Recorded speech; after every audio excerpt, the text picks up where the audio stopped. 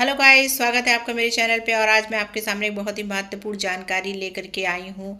असल में आज ही सुप्रीम कोर्ट ने बहुत ही अहम फैसला सुनाया है, तो मैंने सोचा क्यों ना आपके साथ शेयर करा जाए। सुप्रीम कोर्ट ने आज एक बहुत ही महत्वपूर्ण ऐलान कर दिया है और उन्होंने कहा है कि जो भी रजिस्ट्री हो रही है, यानी कि अगर आप अपने घर की या किसी भी ज़मीन की रजिस्ट्री करने जा रहे हैं, तो ऐसे हालातों में अब जो है उसमें ब्लैक एंड वाइट फ़ोटो नहीं लगेगी।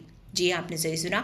अब उसमें कलर्ड फ़ोटो ही लगेगी। ऐसा नहीं है कि आप ब्लैक एंड वाइट फ़ोटो लगा देंगे तो आपकी जो रजिस्ट्री है, रजिस्ट्री के जो पेपर है वो मान हो जाएंगे। और साथ ही साथ उन्होंने ये भी कहा है कि जो फ़ोटो है वो रंगीन लगनी चाहिए, और इसके अलावा उसके साथ साथ जो नक्शा है, यानी कि जो भी आप चीज़ खरीद रहे हैं, ज़मीन, फ्लैट या जो भी घर वगैरह, तो उसका नक्शा भी उसके साथ आपको स्टेपलर करना बहुत ज़रूरी है। ऐसा नहीं है कि आप बिना नक्शे के रजिस्ट्री कराने चले जाएंगे तो आपकी रजिस्ट्री हो जाएगी। असल में मामला एक गोवा का आया था, जिसकी सुनवाई के दौरान ही सुप्रीम कोर्ट ने ये निर्देश दे दिए और उन्होंने कहा कि अब हर व्यक्ति को रजिस्ट्री के समय पे ब्लैक एंड वाइट फ़ोटो नहीं बल्कि रंगीन फ़ोटो ही लगेगी।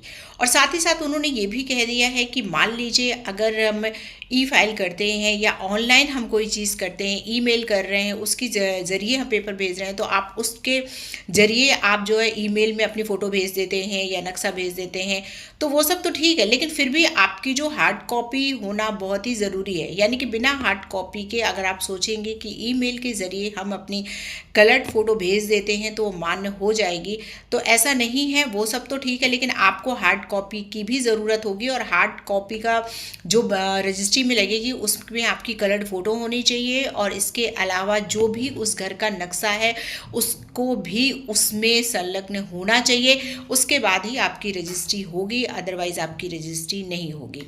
तो उम्मीद है ये जो जानकारी मैंने आपको दी है वो आपके काफ़ी काम की है और आपको अच्छी भी लगी होगी। तो अगर अच्छी लगी है तो प्लीज़ मेरे चैनल को लाइक, सब्सक्राइब करना मत भूलिएगा और बेल आइकन को दबाना मत भूलिएगा। Thank you.